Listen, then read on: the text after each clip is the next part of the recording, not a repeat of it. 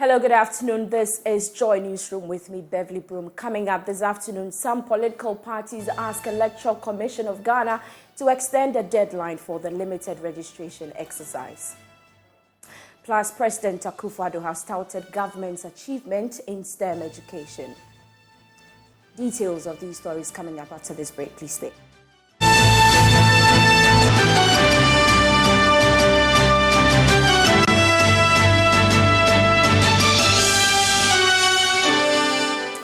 Thanks for choosing us. Now, some political parties want the Electoral Commission of Ghana to extend the deadline for the limited registration exercise. Deputy Chairman of the Commission in charge of Corporate Affairs, Dr. Bosman Asari, tells Joy News his outfit had met the target of capturing 70,000 voters onto the electoral roll and that there will be no need for an extension of the timeline. Nanaya Ojima has the rest of the story. Many continue to troop to the EC's office at Yeji to get registered in the limited voter registration exercise. Though the exercise started September 12, the number of applicants continues to increase at the center. Here are some applicants who have spent days in the line. For instance, yesterday that I came here in the morning, but when I came, there was a whole lot of challenges that even I myself, I couldn't stand it. And I was also sick. As I'm talking, I'm a student. Yesterday, I didn't go to school because of this. Challenge I face in the process is slow. The process is very slow. Poor internet connectivity is also affecting the process. The queue doesn't move as expected.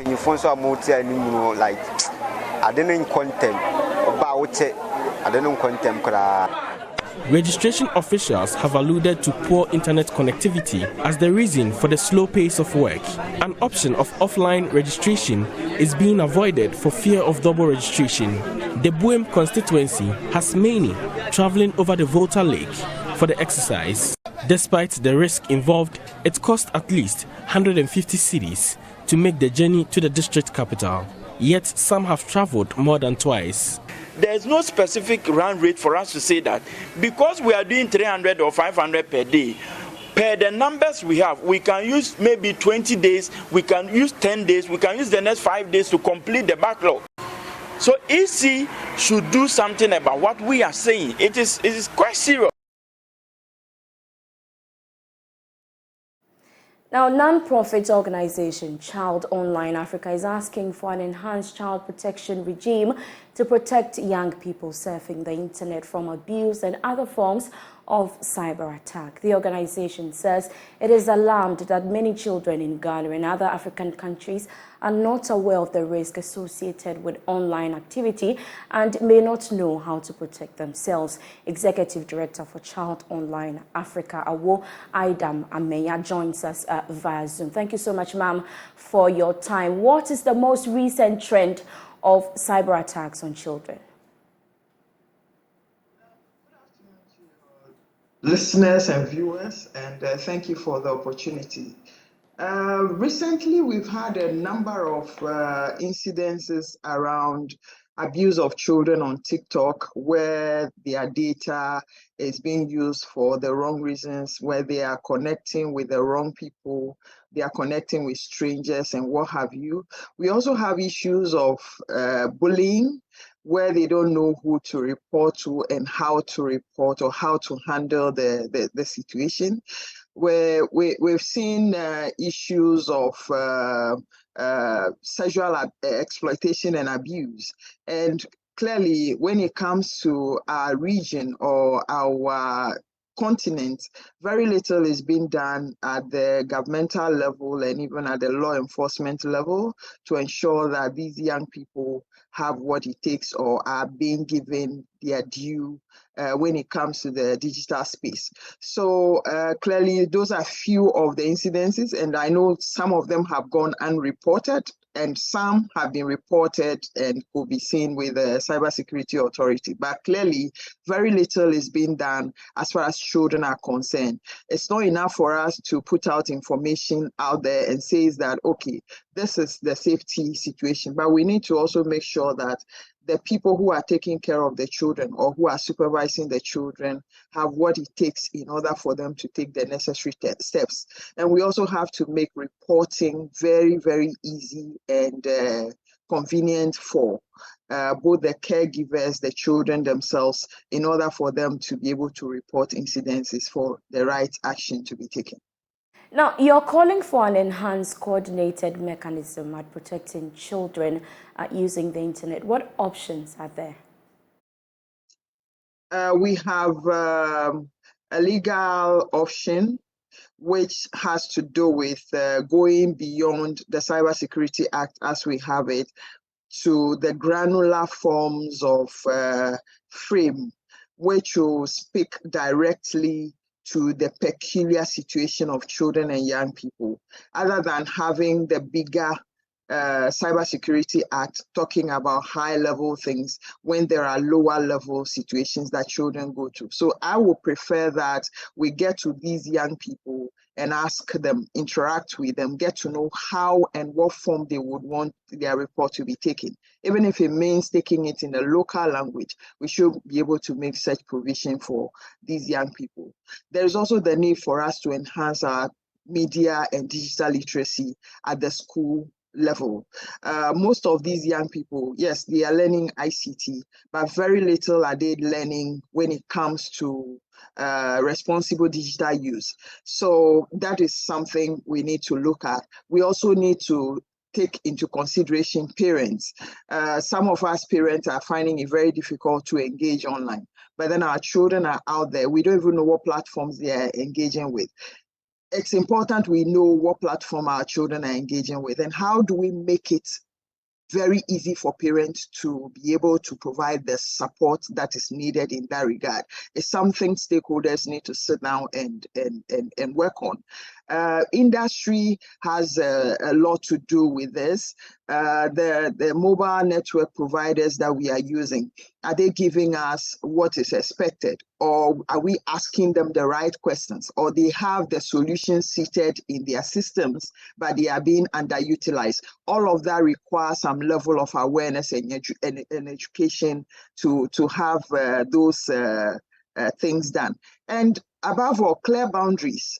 Do we have an anti-bullying policy at school level, whereby if bullying is taking place in the school environment, the parent is aware of it, the child is aware of it, or even the teacher is informed about it to know what to support, what support to give the child or what to do in order to seek remedy or remedial action for the child. So that supportive system at the community level, at the school level, and even at the church and mosque level is very, very important, not forgetting the sports centers that young people are engaging with. But what are your expectations in terms of policy reforms?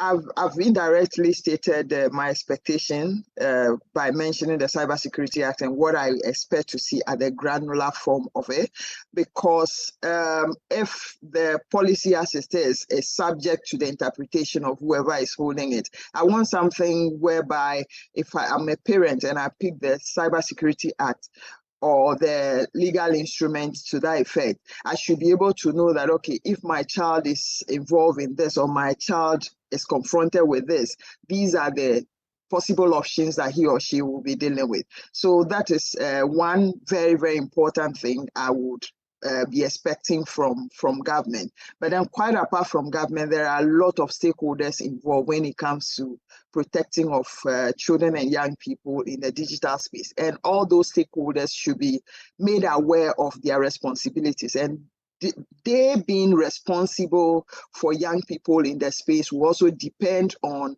what legal instrument there are in the country for them to be called to do what they have to do. So clearly, yes, it's a concerted effort from everybody, but as much as possible, I don't think we are doing much when it comes to the protection of children.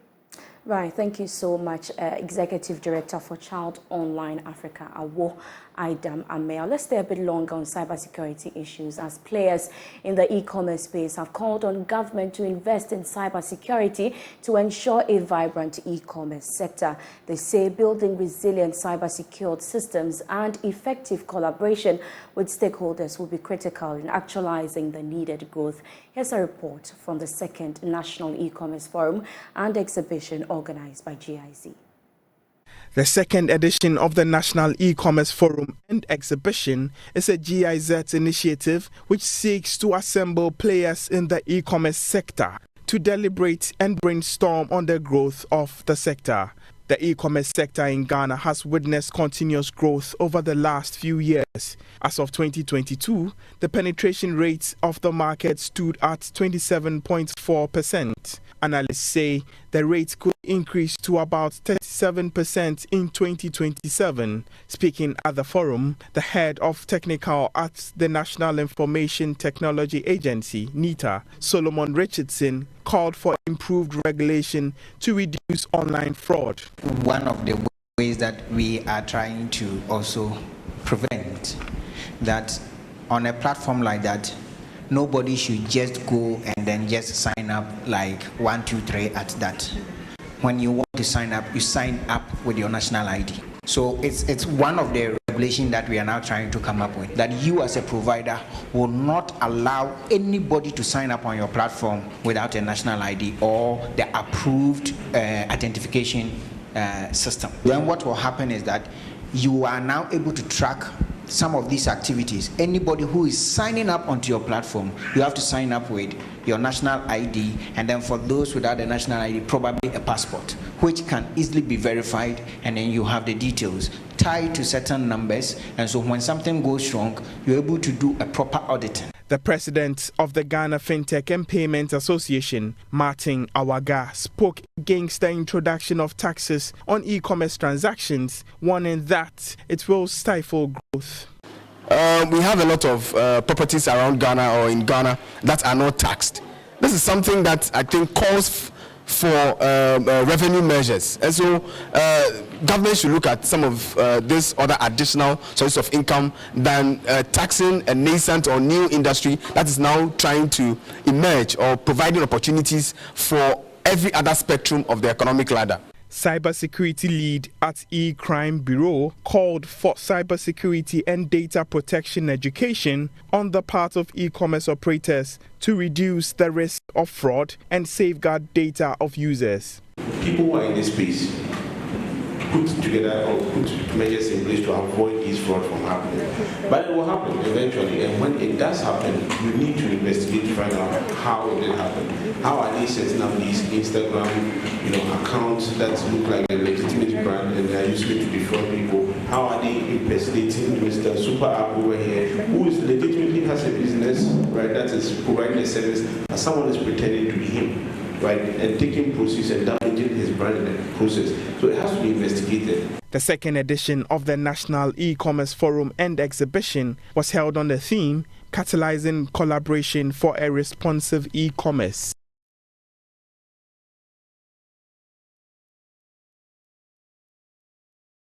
Moving on, President Akufo-Addo has touted government's achievement in STEM education. He says there has been a 15% increase in general science students in senior high schools. President Akufo-Addo is optimistic the percentage will further increase next academic year. He's been speaking at the Presbyterian Senior High School's 85th anniversary celebration in Accra. It is not gold that is going to build Ghana. If it was, it would have done so already. It is not cocoa that is going to build Ghana. If it was, it would have done so already. It is not oil that is going to build Ghana. It is the people of Ghana, Ghanaians like you and I, and especially the youth of today, who are going to build Ghana. With PRESEC known to be a science school, I'm sure you appreciate the fact that government, in order to attain our objective of building an industrialized nation, is increasing its emphasis on science and technology education and technical and vocational training. We intend to put science, technology, education, and mathematics, STEM, education, in its central, relevant place. Training students with 21st century skills is essential in preparing our future workforce for the fourth industrial revolution through STEM education.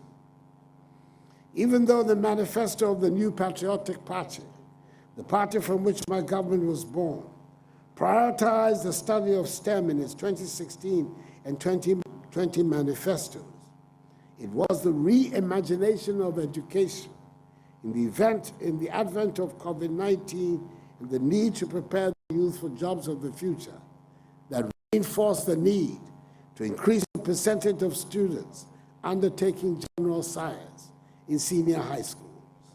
Indeed, the percentage of general science students in our schools has been some 12% for some time. The percentage of science students this year has risen to some 15%, and it is expected to increase even further to some 24% in 2024. Now, the Ghana School of Law says it will admit all applicants who pass the entrance exam. Director Nanayao Opon-Kodie believes the school has the capacity to accommodate all eligible applicants, dismissing the concerns that the school caps its admission due to lack of facilities. He's been speaking at a graduation ceremony of about 30 alternative dispute resolution practitioners at the Ghana Law School in Accra. In the first place, there's no policy established by the Ghana School of Law or the authorities which prohibit certain persons from entering the Ghana School of Law. Accommodation or facilities have never been the reason why maybe what you are calling the limited number passing. I can tell you for a fact that even members of council who are I would say owners of the school, their own children also don't get access. It's purely based on merit. It's based on you performing at the entrance exam. Just last month, or in August, close to 3,000 people, yes, that was September, close to 3,000 people wrote the exam. I can assure you, if all of them pass, we'll find a place for them. The point is, if somebody doesn't pass, it's not because there is any policy that has put a cap on the number we should admit. No, because if there was any such policy, I wouldn't have been here in the first, because nobody knows me, and nobody knew my parents. It's purely based on merit, and we need to understand that. I mean, recently some teachers wrote exam. Just about 10% passed, but nobody spoke about it. Here, we are prepared and ready to receive all the 3,000, close to 3,000 students. As I said, we are even going international. And it's not true that the Ghana School of Law has no space. Apart from Makola here, we take close to 800 students. We have UPSA. Last year, UPSA took about 80% of the students who passed the entrance exams and were admitted to the Ghana School of Law. We are also on Gimpa campus, which also takes a substantial amount of students. And also KNUST. In fact, last 2 years, we were on Legon campus. We only left because the rent they were charging us was beyond our means. So if all the students pass, and they should pass, not because of any consideration favor, but because they have done well, we are ready to receive all of them. And mark it, nobody has a policy to cap the number of people who should enter the Ghana School of Law. Last year, we called 844 lawyers from this school to the bar, the highest number so far. The highest had been about 440 in 2020. So we are here to receive them, and we are here to ensure that they live. But people only talk about the numbers that enter. What about the number that exit? Talk about that as well. And we are not going to receive them here and keep them forever. They must proceed to the bar. And it's my hope that all of them who apply themselves diligently faithfully, conscientiously to their studies, legitimately pass their exam, will go to the bar so that those who also do the same for the entrance exam will also come to the school. And those in part 1, I wish that all of them should go to part 2. We have no interest in prohibiting certain persons from entering the school. I can tell you, in conclusion, if that were the case, only the rich and powerful people's children will be here. But I had to get scholarship from Scholarship Secretariat, thanks to the Dr. Kingsley Ajiman, the person in charge. 500,000 cedis was given to us to give to very needy people who are in this school. But I can tell you, there are the children, rich and powerful people's children, who didn't have access to the school because they didn't perform.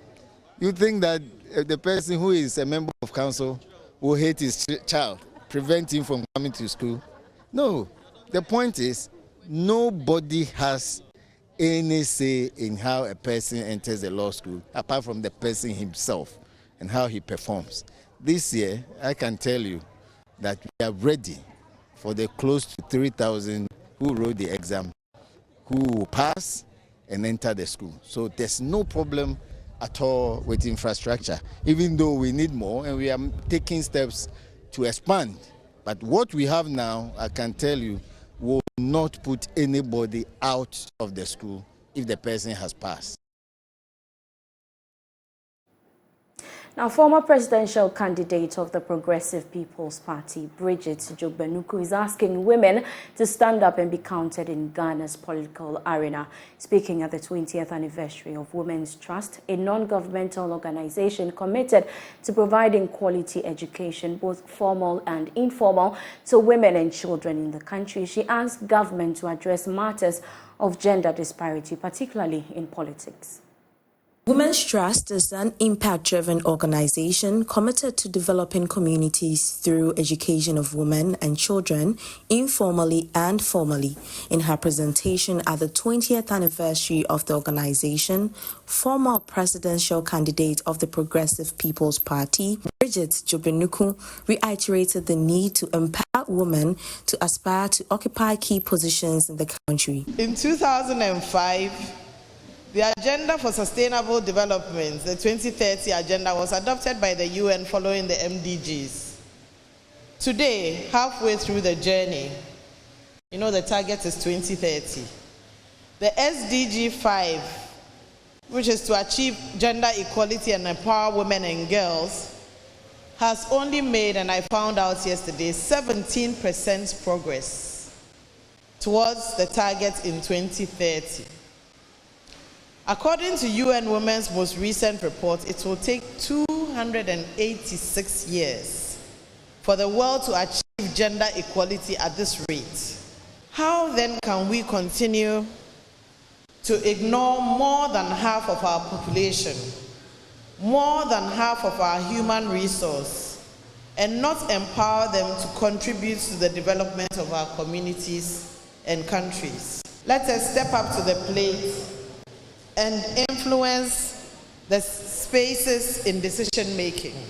She further called for proactivity among the youth in ensuring that the right things are done in the society. True, we need to improve on so many things. Education, we need to provide jobs, but I always quote this, say the Trotro's mate said, you can't always expect change. Sometimes you should also bring change. So you, the youth, knowing this, must also be up and doing your part to contribute to your own empowerment. I mean, there are a few things being done by organizations like Women's Trust to empower women here, but you must also do your part. We can't sit back and always wait for someone to come and do for us. But indeed, the authorities and government has to put in measures to make it comfortable for the youth to go out there. If you are not getting a job, I like to quote from the Bible, when Moses was in despair when he was being sent out to go and get the Israelites out of Egypt. He said, I have nothing. I can't speak. I can't do this. I can't do that. But God asked him, what have you got in your hand? That is all you need. You have one thing, and everybody has something in their hand. Some beneficiaries of the empowerment program spoke to Joy News. They are very beneficial. If not, all of the girls assembled here won't be here or won't have gotten to where they are now. Some would have been out of school, pregnant, some in the village working, and or will be abused. If it hadn't been for this program, a lot of girls would have just been roaming about aimless with basically nothing to do. Just as one of the directors said, we have to learn and then return. Now I think it's the stage of returning, and then the little that we have or can contribute, not financially, but then anyway, we can also mentor other young ladies coming up so that they would also grow to become prominent people in society. The woman will come to learn she will come to adult education. She will learn the bees making and teach them. So when you finish the adult education, she go and do the work. She do the own work. If you learn something and go and do it for your community.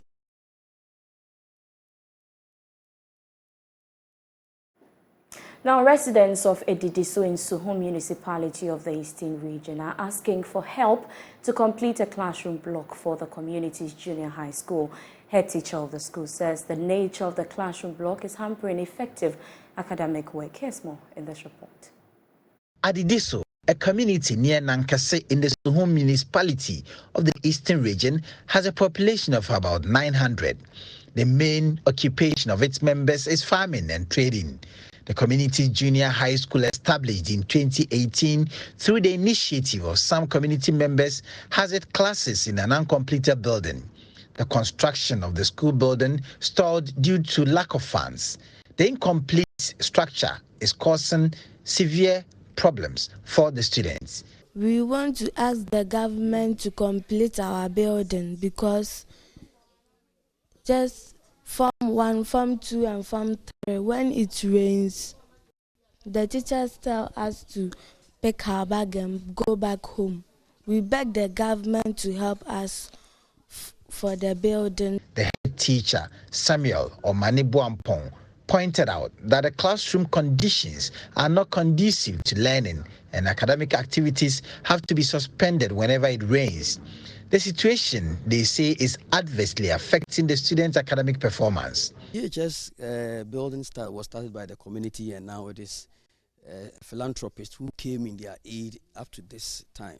But since there are no windows, no doors, when it rains, it comes. So we have no other option than to leave school before rain catches us.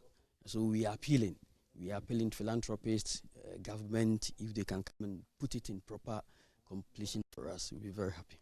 The road leading to Edidiso community is in a deplorable state, making it inaccessible for cars. As a result, the only means of transport to the community is by motorbike. If you were sick, you have to take the motor. Car is not coming here because of the road. So when one of us get pregnant, it's the same as the motor that we take. It gives us more problems because of that, and we are not giving birth.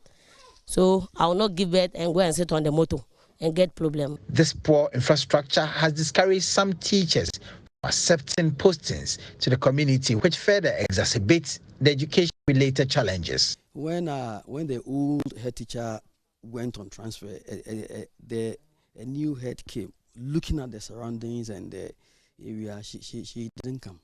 She refused the posting. Some members of the community expressed their dissatisfaction with the government actions and called for the urgent repair of the bad road network leading to Edidiso. They emphasized that if the roads are not fixed before 2024, they are prepared to take action, potentially preventing political activities in their community. I voted from Akufo-Addo 2012. I've not seen anything here. They came here promising us, giving us, but when they won, we don't even hear from them. So if I don't have the road, no vote. We are fed up with this road, and even to passengers who are here. So because of that, They can't even send their things to market. Always things spoil. So life is very, very difficult for here.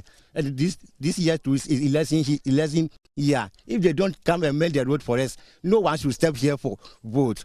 Prince Kwame Kudige's report read to you.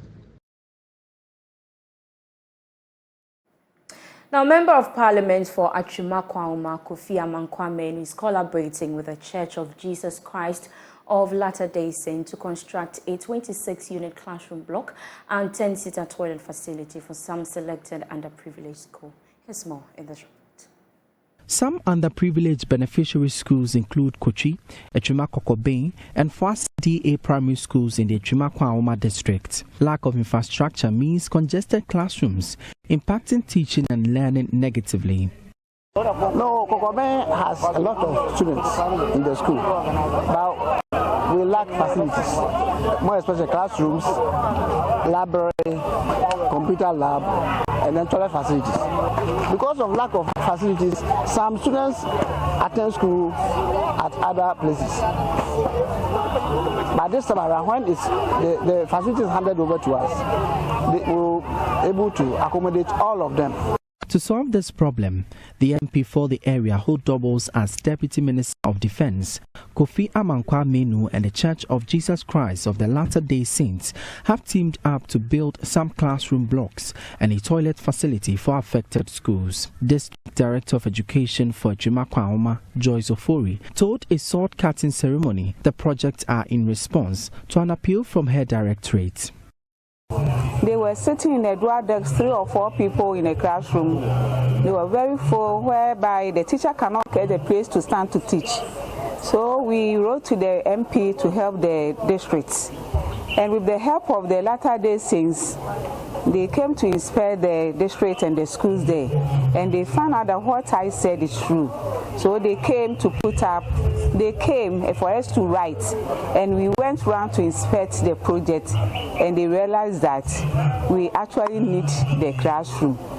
Member of Parliament for the area, Akufo-Addo, says concerted efforts will be made to ameliorate classroom infrastructure deficits. For me, Achumakwauma has a lot of problems, and one person cannot do it all alone. And so it became necessary for me to approach the Church of Jesus Christ of Latter-day Saints with, the problems we have. And when I sat down with them, they listened to me and did a follow-up to the district or the constituency. This is not the first time they are doing this for us. They've already done a couple of projects in this district, but what they have done today, it's mind-boggling. When I approached them, one would have thought that a church member will be the one to benefit from all this. I am not a church member of the Church of Jesus Christ of Latter-day Saints. I'm a Methodist, but I approached them, they listened to me, and look at the wonders they are doing for Achumakwauma. I am so grateful. Already we have some toilet facilities constructed already. We are yet to commission them. The project is expected to be completed in 6 months. Clinton Yeboah's reports for Joy News. Now, a prominent player in international education services, IDP Education, has introduced a new brand identity for its offices in Accra and Kumasi, following its merger with Intake Education. The strategic union will empower the organization to better assist aspiring Ghanaian students in achieving the aspiration of studying abroad. Here's more.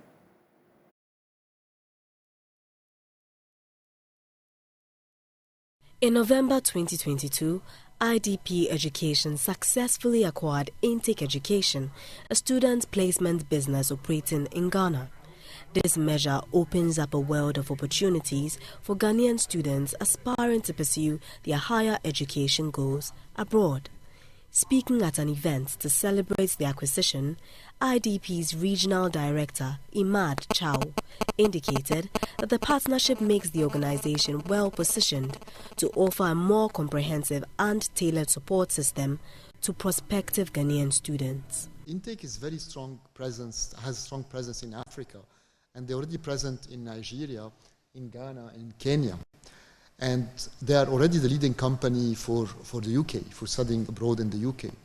So getting together what has been the impact is really benefiting from this strong foothold and footprint in Africa for IDP to go and to approach the market much faster. So IDP is also bringing a very strong strengths in terms of client portfolio, in terms of IELTS testing. So the impact today is bringing the two teams together, the two strengths of each company, to better support the students in their journey, not only in the UK, for other destinations, for other English-speaking destinations like Canada and Australia, to name a few, but also providing the IELTS testing, which is basically a kind of passport, which is an enabler for students to integrate and go to university or to professional to go and work abroad or to migrate abroad. IDP Area Director Buki Awofisayo highlighted that the partnership would expand the horizons of students, offering them a broader spectrum of institutions to select from.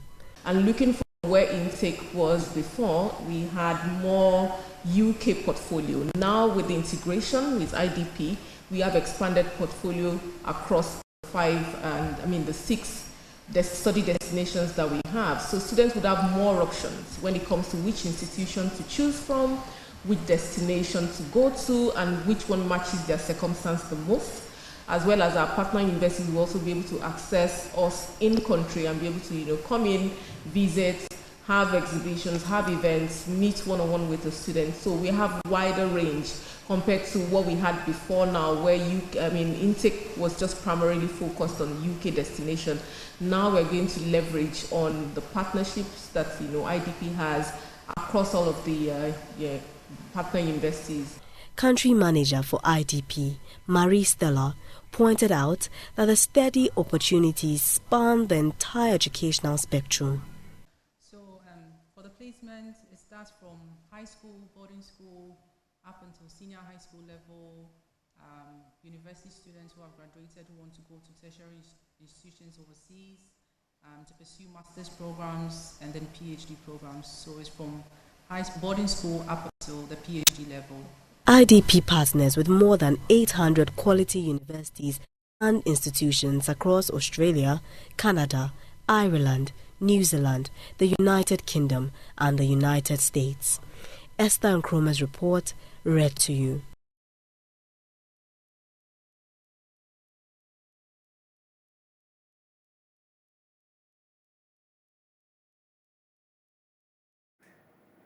Now, it's been 13 weeks of exhilarating culinary battles in the Big Chef kitchen. Out of the 6 technical universities that started the challenge, only 3 have made it to the grand finale. Ho, Takrade and Kumasi universities are yearning to clinch the ultimate prize today.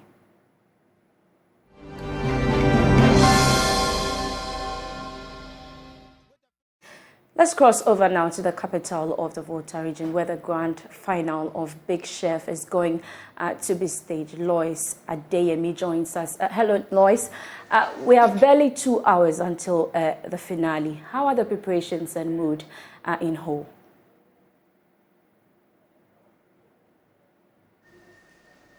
All right, thank you, Beverly. The atmosphere here, everything here is immaculate. As you can see behind me, we are making sure that everything is ready. You can see the people sitting down, people are setting up. Everything here is happening very fast. The contestants are also gearing up to make sure we have a great show. So yes, tune in at 4 p.m. today to enjoy yourselves.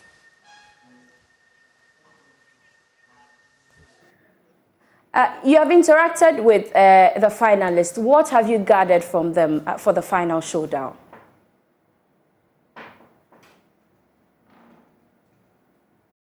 So I spoke to the contestants individually, and they have told me that they are coming to wow us today. So they are coming to show us everything they have learned for 12 weeks.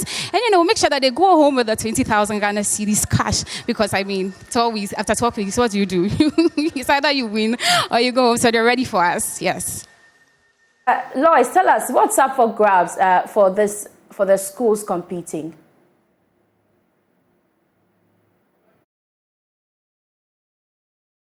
Beverly, as I said, they are going home with a whooping 20,000 Ghana cedis. Anyone who wins today is going home with a whooping 20,000 Ghana cedis and amazing prizes by our sponsors. So yes, that's what's up for grabs. The rest, just tune in to watch and then you see where they're going with.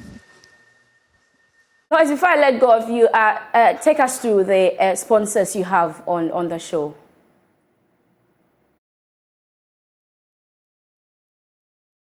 Okay, so we want to say a very big thank you to our sponsors, Vital, You Fresh Drinks, Fortune Rice, Niche Cocoa Drinks, Access Bank, Syntax Tank, and Indomie for making our 12 weeks of this competition very successful. We couldn't have done it without them. We also want to say a very big thank you to Atlas Rent a Car, Volta Serene Hotel, and Sky Plus Hotel for also hosting us. They are the reason why we are here, and we've been able to have a great stay. So, yes, thank you to our sponsors. We also have patrons here. We'll be speaking to them shortly.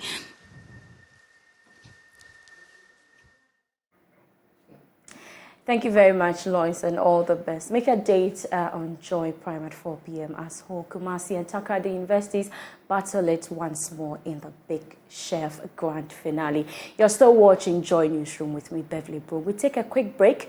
We'll be back with more. Please stay with us.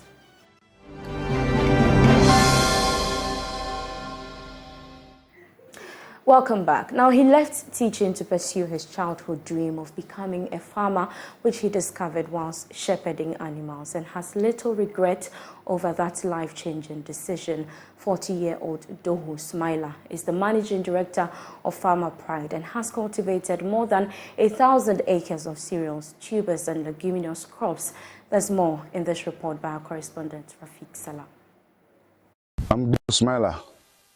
I'm the MD for Farmer Pride. Farmer Pride is a company that is registered under the Business Act, and basically we are known for seed production, but we have also scaled up in commercial production of cereals and then legumes. So currently we are in one of the cereal fields, maize, here located in Du in the Sisala East municipality. This field, the total land area is 1,225 acres. 48-year-old Doho Smiler is a professional trained teacher who taught for 2 years before making a U-turn to pursue his childhood dream, which he discovered shepherding animals. He has no regret except for the time lost in taking that crucial life-changing decision. I was not sent to school after birth. I was taking care of animals, but I saw that there's potential in agric, so that is where I asked that I should go to school. So after school, I went up to training college level and then said, no, let me pursue the agric course. So I went to further my education in University of Education, Winneba, where I did agric. So after pursuing the course, I came back. You know, the issue of job security is one of the issues that we, the Ghanaian youth, we always battle with.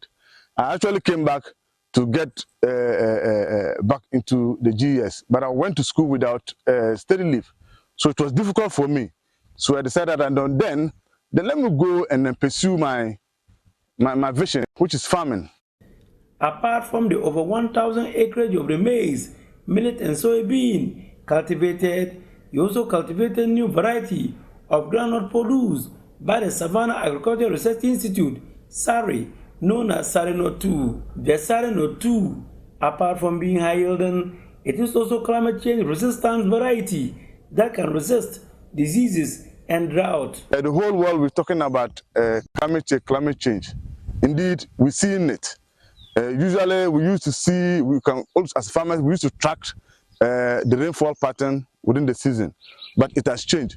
So to install the rain gauge, we also want to monitor and see how the rainfall pattern occurs within the fields that we produce the groundnut. So far we are monitoring it until we harvest it. We will not be able to tell the amount of rainfall the groundnut required to become matured. With a permanent workforce of 5 and a little over 120 casual workers, feeding them could be one of the biggest albatross hanging on the neck of the managing director of Farmer Pride. To overcome the challenge, he cultivated large acreage of rice and mounted a little over 2,500 yam mounds to feed the workers. Early in the morning, when we get up, the first thing is to get some food to eat. Mostly a lot of the farmers complain about the light food, tea and porridge. So that has encouraged us to go into yam in the morning. The first thing, they boil the yam, we all take, if it's at least a piece, we take, and then we'll move into the fall, waiting for lunch to be prepared.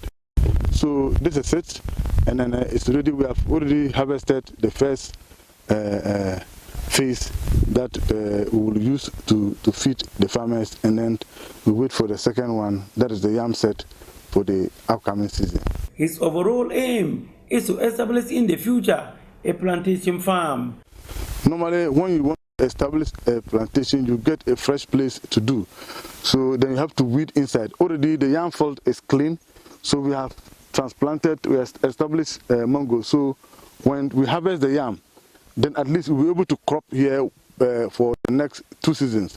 Then we'll crop, because the mangoes are still small, we'll crop it, and then the second, the third year, we'll leave it for the plantation to fully develop. Close to them are other varieties of tuber crops. Currently, we have 3 varieties of the sweet potato in the field. We have the Sarinan. In fact, the Sarinan is a variety that was named after Kofi Annan. Kofi Annan has interest in potato production, so it's like the spotted sari. They developed those varieties. So the name after the great man Kofi Annan, so we have it here. Having access to the over 1,200 acres of farm is not a child's play or for the faint-hearted. The roads are deplorable, replete with streams, rivers, and manholes that were mistaken for an abandoned galamsey pitch. Though Sumela says failure to fix roads to the farms and market centers in the enclave is the reason for the astronomical increase in the price of farm produce. The least we talk about it, the better, in the sense that when you were coming, you saw the big valley down there. If you have to cut any produce from this farm, or to cut fertilizer to this farm, that will be the limit. And where the valley is 2 kilometers away from this farm. So what normally happens is that if you want to cut the produce to either to town or to the municipality, normally tractors cut them across the valley, and the car will park at the other side. Then they will load the car there before the car moves. You can imagine the maximum number of bags a tractor will pick is 50. That is the 100 kilograms. So the whole day, you spend the whole day in loading only 1 car. Whereas about 4 or 5 cars can come here and load thousands and move. So clearly you see that it is building up the cost of production to the farmer. So that is why when they say farm produce are expensive at the farm gate, people will not understand. There are several dozens of streams such as this that are dotted all over the farm. As a result of that, they are unable to have access to the farms during the rainy days. Reporting for Joy News, Rafik Salam, Due East.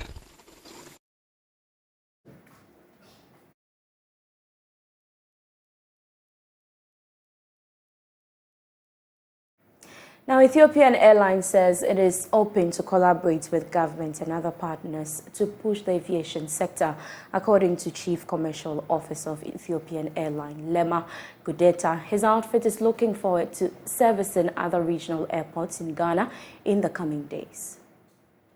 We used to get engaged with the government of Ghana on establishment of a national carrier here.